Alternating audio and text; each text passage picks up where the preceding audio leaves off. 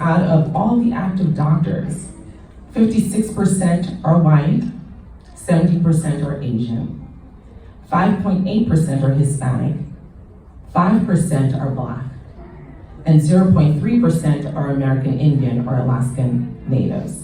89% of hospital CEOs are non-Hispanic white people. There is a necessity to increase the representation in healthcare.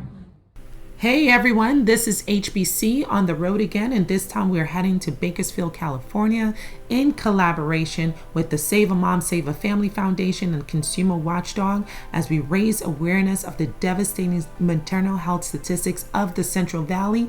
And make sure you check out some of the key points Dr. T shared with regards to Latina maternal health.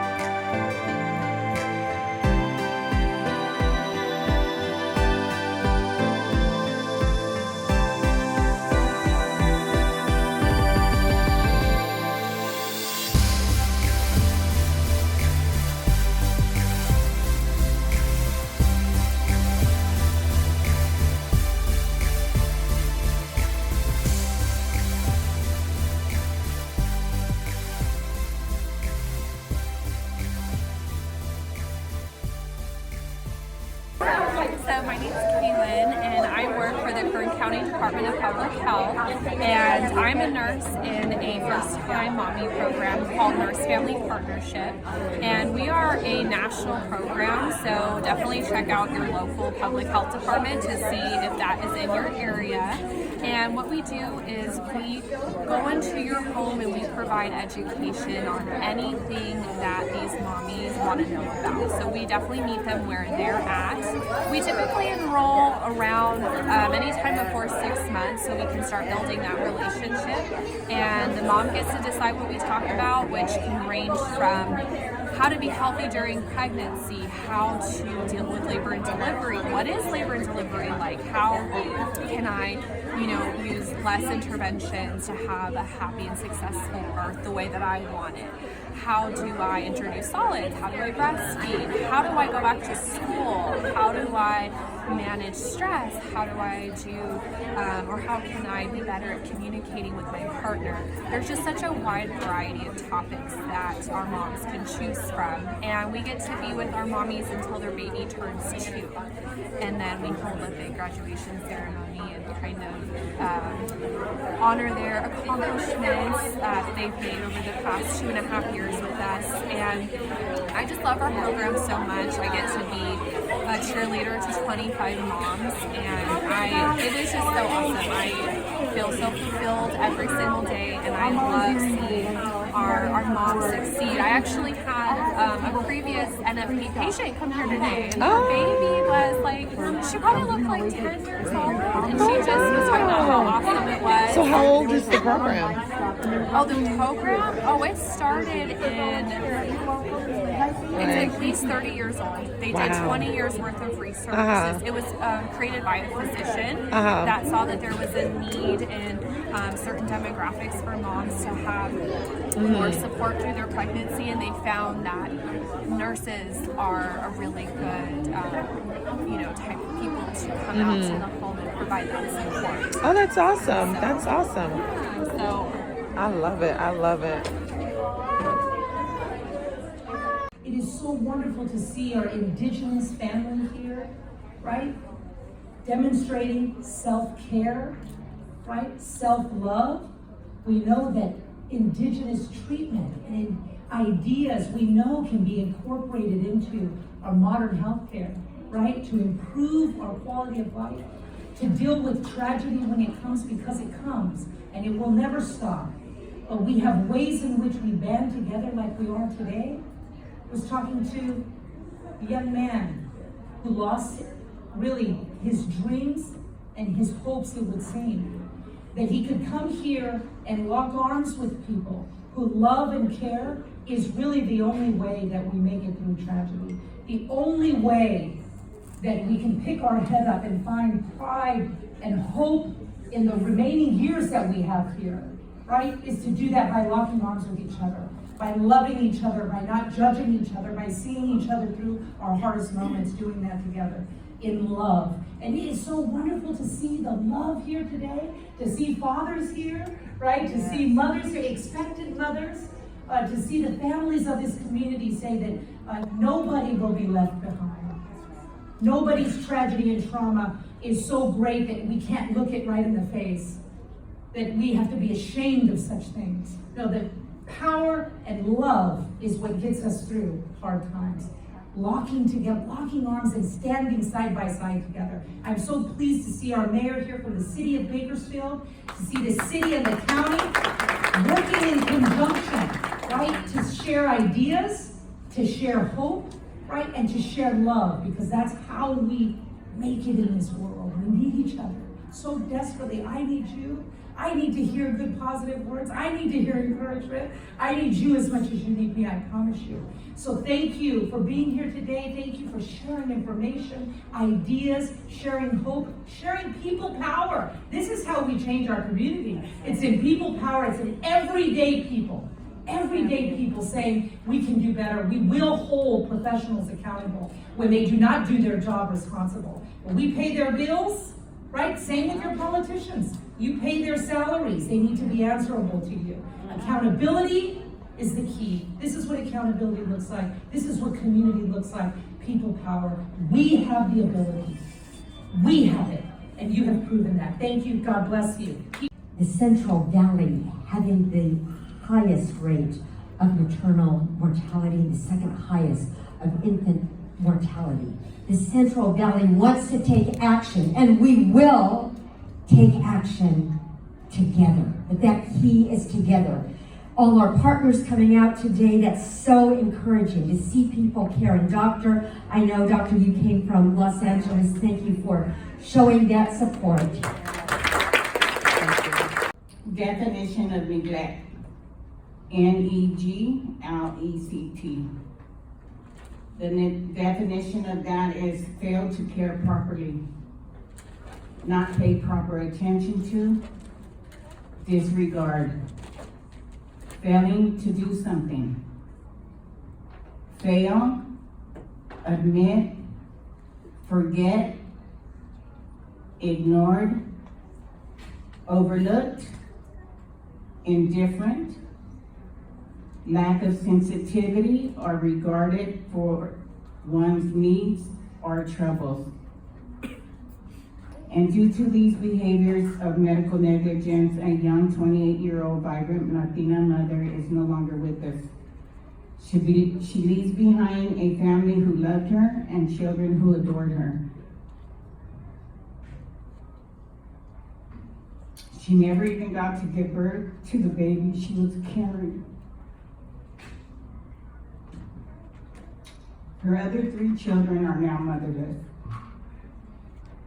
Fortunately, the baby she was carrying survived and is a vibrant little boy with his mother's eyes. The most important thing to her were her children. She didn't have a lot of material things. She lived humbly and not above her means. She was rich, though, in love, in forgiveness, and in compassion. Her siblings, nephews, and nieces, families, and friends love her. She showed them unconditional love, too.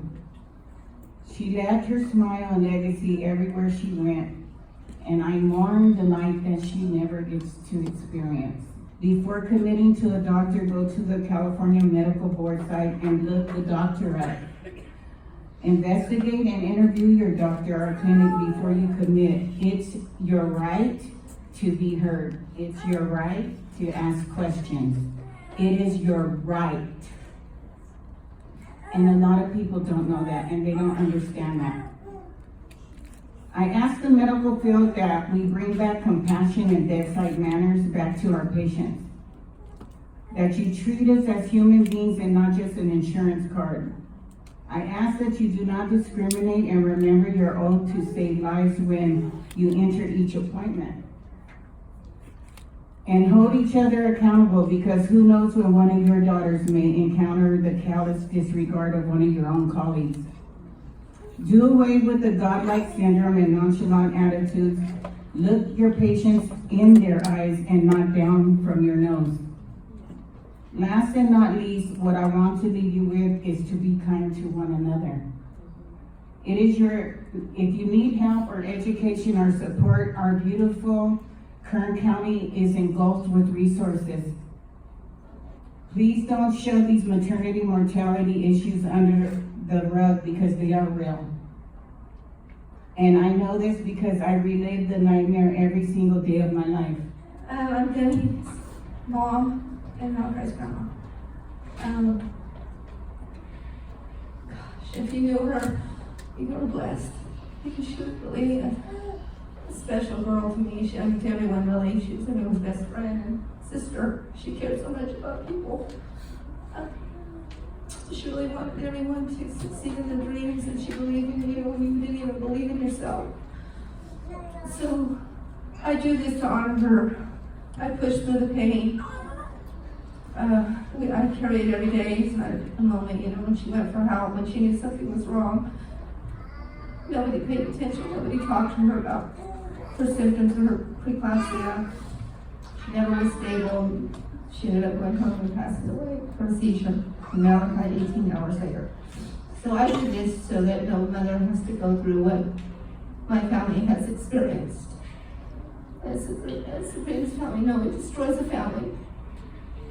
You see, it goes all the way down to your grandkids. They change. They don't smile as much. Your house is empty. You just try to make it through the day. You just try to breathe, really. Actually, just breathe. When something was so preventable.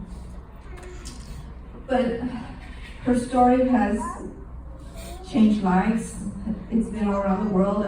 God's opened so many doors, platforms that I have been able to speak on that I can't even believe. So I know that her legacy and Malachi's legacy will always live on.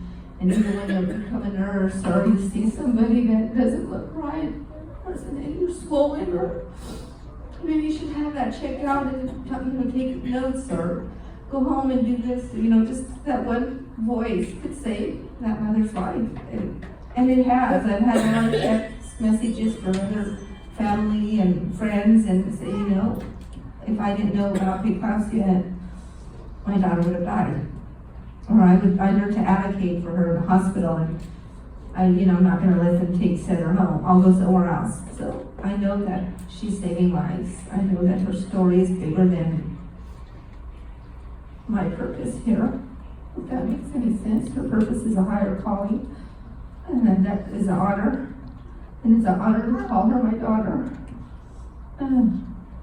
And we just want to, always remember her to me, because Malachi de Leon, his name means messenger.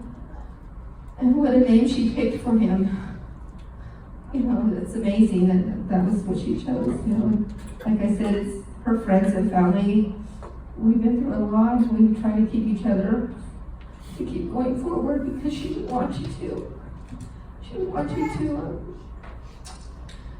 be what you know you want her. She just dreamed the best for you. So, anyways, you know, that's why I do what I do, and I will continue doing it until I'm called home to my family. You know, her sister, I had just had a baby, and Taylor sometimes wonders, why did she get bad care and I got better care, you know? And that's hard for her to understand in her mind that her sister didn't make it as she did, when we should just be taking care of each other and listening to these symptoms, because just don't brush them off as, oh, she's just pregnant, or she just ate something, or something like that. No, you know your body, and if something's wrong, you know, I know we are taught to trust the doctors. And we just have to learn to advocate, and like Michelle says, and Sabrina, we needed to advocate and research the doctors better. But we walk into a hospital thinking we're going to get care, and we don't. We walk out without our children, and that's just not how it should be. Every mother should go home with her baby. Hello everybody, my name is Xavier, and I'm Malachi's father. It's crazy that it's been 4 years. 2019 seems like it was just yesterday for me. So I know you guys got a lot of information from a lot of our wonderful vendors here.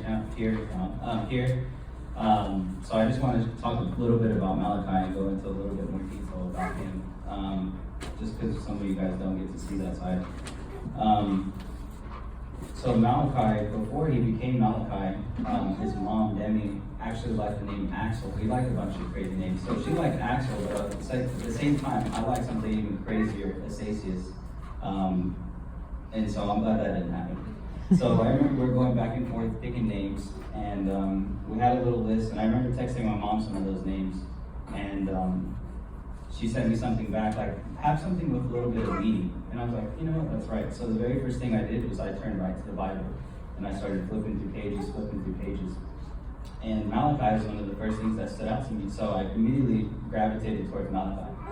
And Malachi's mom, she always had to put her twist on things. So as soon as I told her, she loved it, but she wanted, that's how the K came about in Malachi. So that's why it's spelled the way it is, because of his mom. So that's how we got Malachi. And it's crazy standing here today because, and I didn't know this until after the fact, you know, kind of when the dust settled and everything like that his name actually means the messenger of God. And he only got to live 18 hours, and here we are today. He brought all of us in this room to spread a message. And as a parent, I couldn't even imagine that for my son, you know? I never thought I would make it this far, and being here to just stand and share his story. A little bit about him, he was just under 5 pounds, he was 4 pounds, 7 ounces.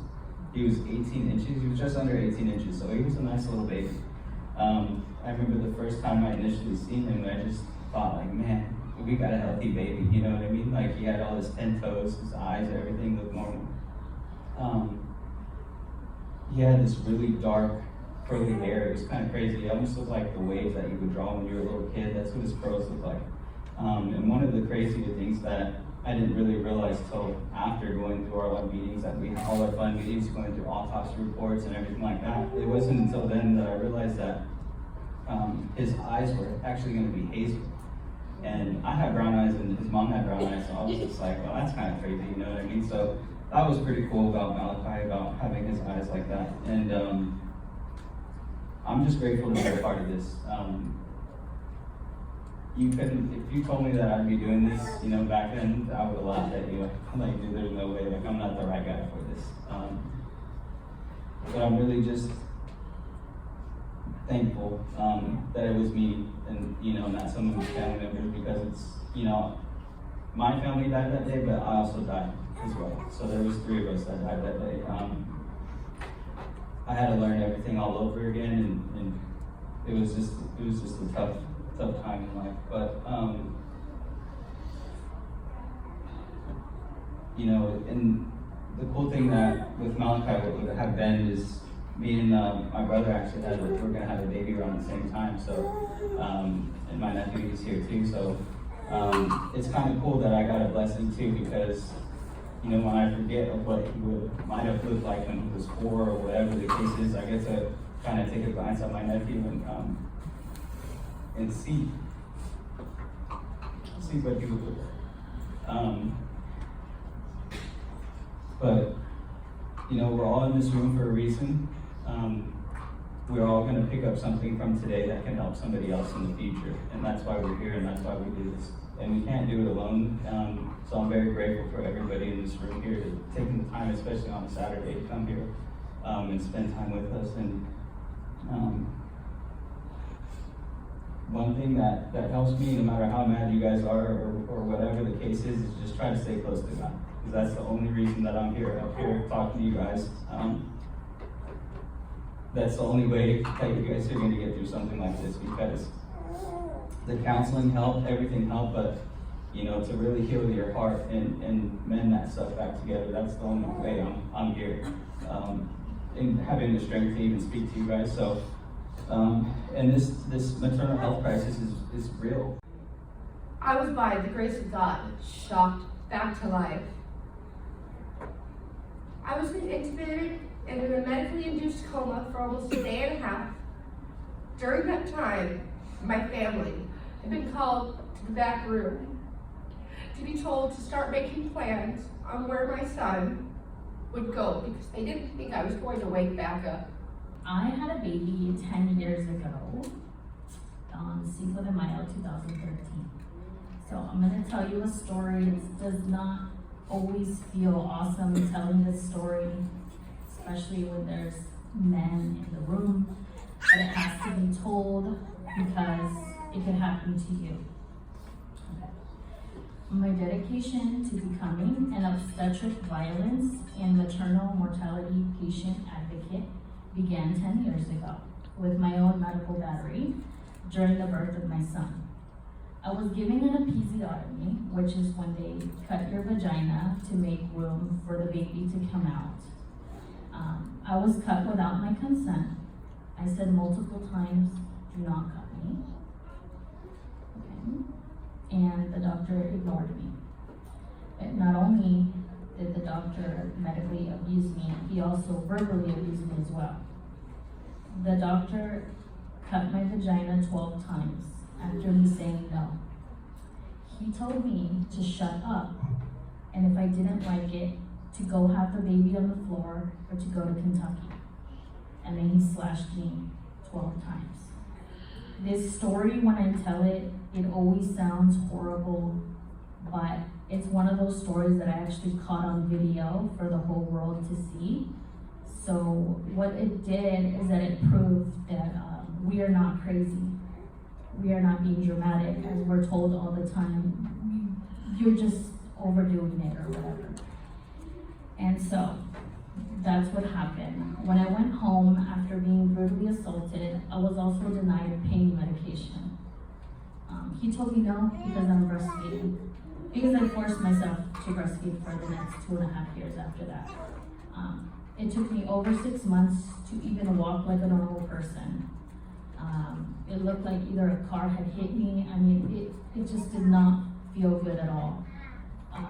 After the 6 months was over, it took several years later and several doctors of me rolling their eyes at me when I told them what happened. So it came to the point where I couldn't even tell an OB what had happened to me, because they would kind of act like they were the police because you're talking about one of their colleagues. And so they would roll their eyes at me, or they would walk out of the room. They would accuse me of recording them, and it just went bad most of the time. I ended up realizing that I do have a medical condition. It's called vulvodynia. And what that is just a made-up term because they didn't want to really do any research of what's wrong with us, and they just lumped it onto one category. And what it really means, I guess, is just vulvar pain. And there's no reason, or they can't tell you why you got it, even if mine is really obvious. Anyways, I went to multiple urologists and pelvic floor specialists, and I kind of have it under control. It flares up here and there, but I'm sharing it so that you guys understand that I did have multiple nurses in the room, and nobody said anything after he started cutting me. So, anyways, what ended up happening is I did upload my birth video onto YouTube, and mothers all over the world, doctors all over the world, doulas, nurses, midwives, everywhere got to see how we're being treated here in America. And the term came out is called obstetric violence, because that's what it is. The reason my video was published, though, is to bring awareness to this ongoing issue in women's health care.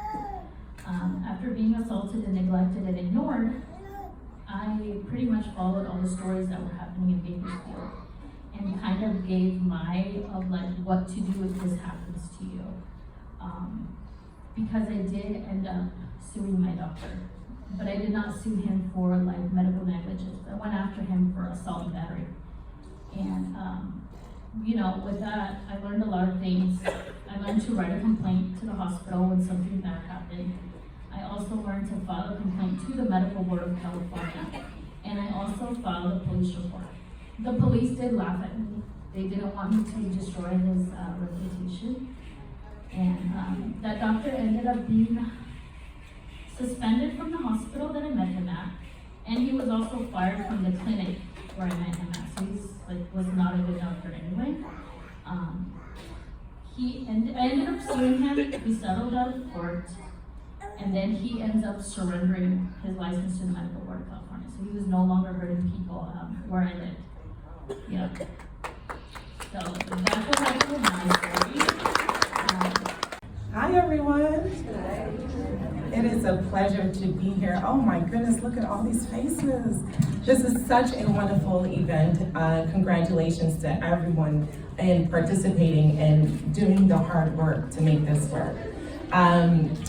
Starting out in a career in medicine was more than just the science of medicine. I think a lot of times for us as people of color, we're called to different roles, not just because of the career, because we feel called to the purpose of what we're doing, right?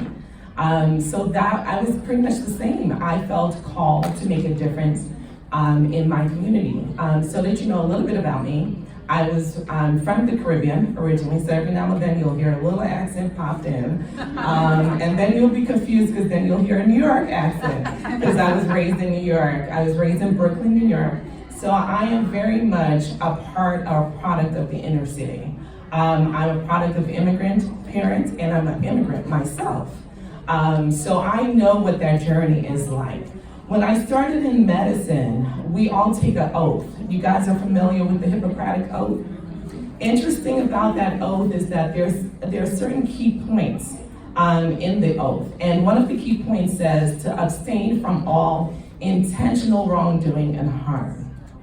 Oftentimes that's paraphrased as first do no harm. And I think that's the part most of us tend to remember. But what does first do no harm look like for our communities? Usually if you ask a lot of our members of our communities, have you felt harmed by the healthcare system? You will see hands raised. So why does our community feel so harmed by the healthcare system? And the history is quite diverse and depth, right? There's lots of things that have happened to our people in this particular country. So when you walk through and you speak to minority populations, you feel the hurt, you feel the pain. And perhaps it has to do with the fact that our history has been so harmful. Many of us are familiar with the Tuskegee experiment. Not as many are familiar with the Guatemalan experiment, in which people were given infectious diseases against their consent. Although the Obama administration recognized this experiment and the devastation that it caused, very rarely do the victims ever be compensated. Perhaps it has to do with the fact that Puerto Rican women were tested for birth control. So a lot of the information that we have now regarding birth control management comes from these experiments done on Puerto Rican women, going back as far as 1955. Why? Because the idea was they're uneducated and they're poor. Perhaps it has to come from the fact that we've learned as a result of COVID that pulse oximetries are unreliable for darker skin. Why is that important? Because pulse ox and so much oxygenation was oftentimes used for criteria for hospitalization and for treatments. So if it's unreliable, then it's more likely, and the studies have shown this, to lead to delays and oftentimes be not given the treatments that other communities would have been given. We all know that minority populations had the greatest number and was the most impacted by COVID. So if our diagnostic tools have disparities, then we understand why our outcomes were so, right? Perhaps it has to do with the fact that the VBAC calculator, for many moms, this sounds a little familiar, the term vaginal birth after C-section. Well, that same VBAC calculator has been noted to be discriminatory. This calculation is what we still use to this day, even knowing this, to tell a mom her success rate of having a vaginal birth after C-section. Knowing that vaginal births are overall safer, right? So there were changes made to the calculation, and now it includes, instead of race and ethnicity, it includes hypertension and the body mass index, the ratio of height to weight. Sounds very similar, like race and ethnicity to me, right? Because we know that our communities are more impacted by weight for a variety of reasons. Not because we don't want to be healthy, we want to be healthy. But we oftentimes live in food deserts, don't have access to healthy food, don't feel safe exercising, right? Don't have the time to exercise because we don't have the same support system. Can't go outside because we're oftentimes living in violent communities, and even if we're not in violent communities, we don't want to be policed, right? So we can't go outside to exercise. So if we're more likely to be in higher weight groups that we term medical obesity, and we know that obesity is linked to hypertension, then a calculation that includes those factors is essentially giving us a lower score for things that are out of our control. So women are not given the same opportunities to have vaginal births if they're women of color, because our calculation, a calculator, determines our destiny. Perhaps it has to do with the fact that we recently noted, since the pandemic, that there's a rise in the maternal mortality rate for Black and Hispanic women. For Black women, this is a slap in the face, because our rate of maternal mortality was already 3 times higher than a non-Hispanic white woman. So for this rate to further increase in the last few years is devastating to our community. Hispanic women at one point had, for a decade prior to that, actually had higher or better mortality rates. But since the pandemic, for the first time in over a decade, now have a higher maternal mortality rate than a non-Hispanic white woman. Perhaps it has to do with the fact that we have noted this high jump can be as high as 74% quoted in some articles. Those are the national data, but we can come a little bit more local. Perhaps our hurt and pain has to do with the fact that even in our own state of California, over 20,000 people were forced to be sterilized without consent, deemed unfit to reproduce. a form of genocide. This was not that long ago. The eugenics movement ended in 1979 for state hospitals, but did not end until 2010 for state prisons. That's our lifetime. So oftentimes changing the healthcare system can seem so daunting. When you have a healthcare system that is founded in a racist institution and where racism penetrates every aspect of care, it can feel overwhelming to our communities. How can we make a difference? What can we do? Well, one, we can remember who we are as a people. We are people who are resilient. We are filled with the drawing of being a community example today, building this beautiful community together. As a community, we can invest in representation. So that young man or that young lady who wants to become a doctor or a nurse, support them. Support them emotionally, because it's a hard road, and support them financially. Invest in ourselves. Why is it important? It's important because out of all the active doctors, 56% are white, 70% are Asian, 5.8% are Hispanic, 5% are Black, and 0.3% are American Indian or Alaskan Natives. It's about the bigger picture. It's about the fact that only 3.6% of nurses are Latina. In California, that number is 9.6%, despite being 39.3% of the population. The US Census predicts that by the year 2060, that the Latin population would constitute 28% of the US population. There is a necessity to increase the representation in healthcare. But let's go beyond that. Let's talk about leadership. According to the American Hospital Association, 89% of hospital CEOs are non-Hispanic white people. You can do the math, right? That means out of the rest of us who constitute minorities, we are literally a smidgen of the representation of the decision makers in the hospitals.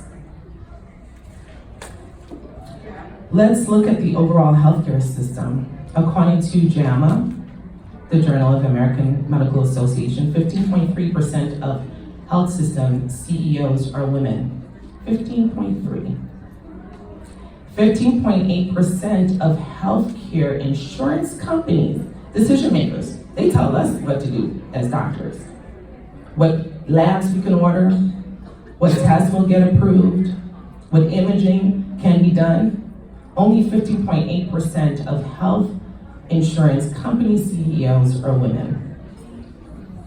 And let's talk about how we determine how we treat people. A lot of it is based on science, on research, right? Oftentimes you'll hear us say, well, the research says.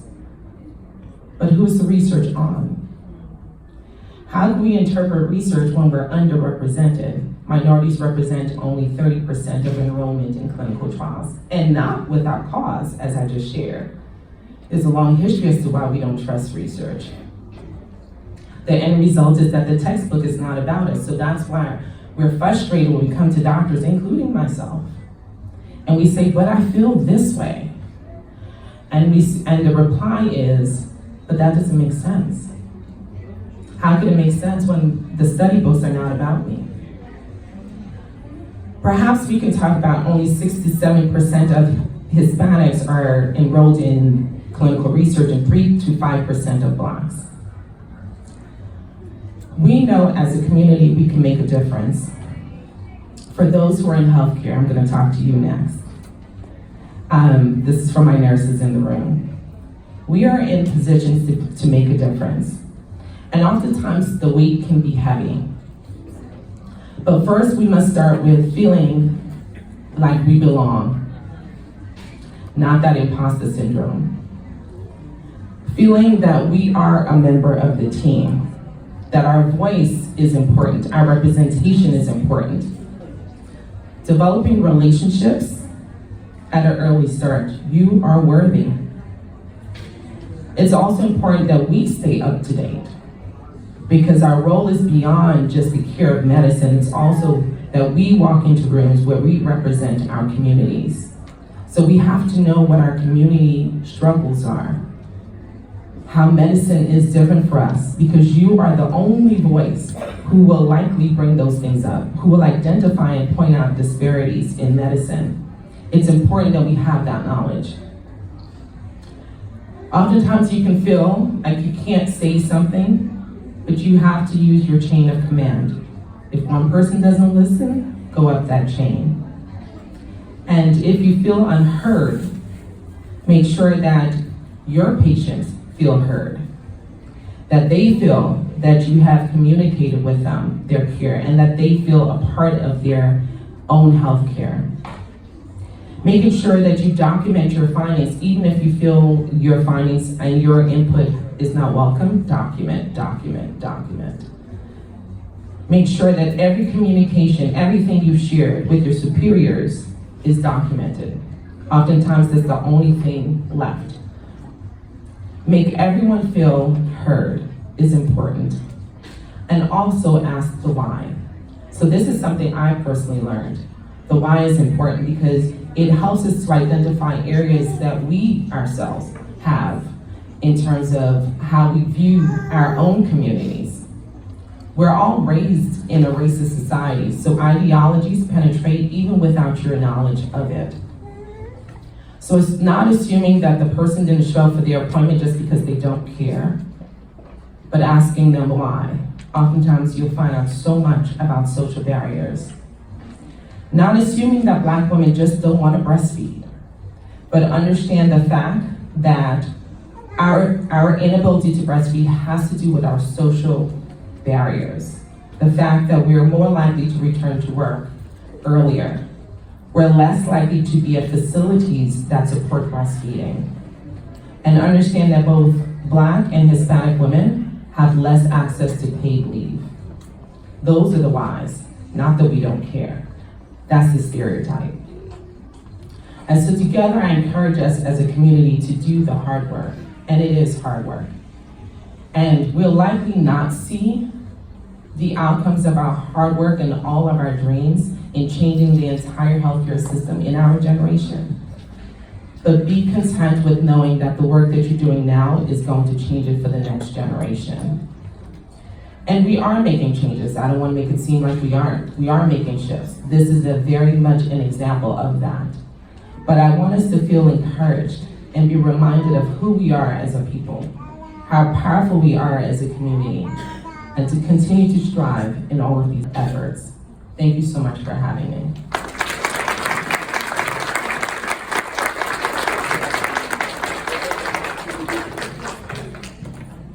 Thank you for joining us once again today. We're so thankful for Save a Mom, Save a Family and the Consumer Watchdog for having us at this so effective event in which community came together for the maternal health crisis. We ask of you to continue to support us here on YouTube at Healthy Bump Club and on Instagram at healthybump.club. Once again, this is Dr. T. Thank you for joining us. Make sure you check out our other videos and comment, like, and share. Thanks for watching.